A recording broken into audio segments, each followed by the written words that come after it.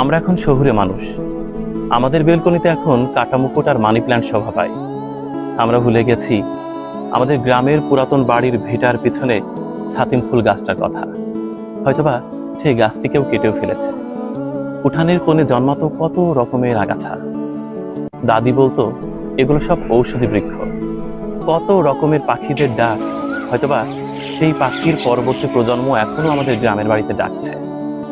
আমরা আমাদের বাচ্চাকে শেখাই ডাক্তার, ইঞ্জিনিয়ার, ব্যারিস্টার হতে হবে, অথচ আমরা ছোটবেলায় শুধু মনে মনে ভাবতাম তোমরা যখন শিখছো পড়া মানুষ হবার জন্য, আমি না হয় পাখি হব, পাখির মতো বন্য।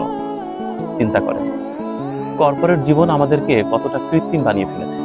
মাসের 15 তারিখ পার হলেই শুধু মাথায় ঘুরপাক খায় কিভাবে বাকি সময়টুকু যাবে। মস্ত বড় বিলবোর্ড আর অসহ্য যানজট, চাকচিক্যময় শহর, রেস্টুরেন্টের কৃত্রিম খাবার। আমরা সত্যি শহুরে হয়ে গেছি। আমরা কি সত্যি ভালো আছি? ভালো নেই।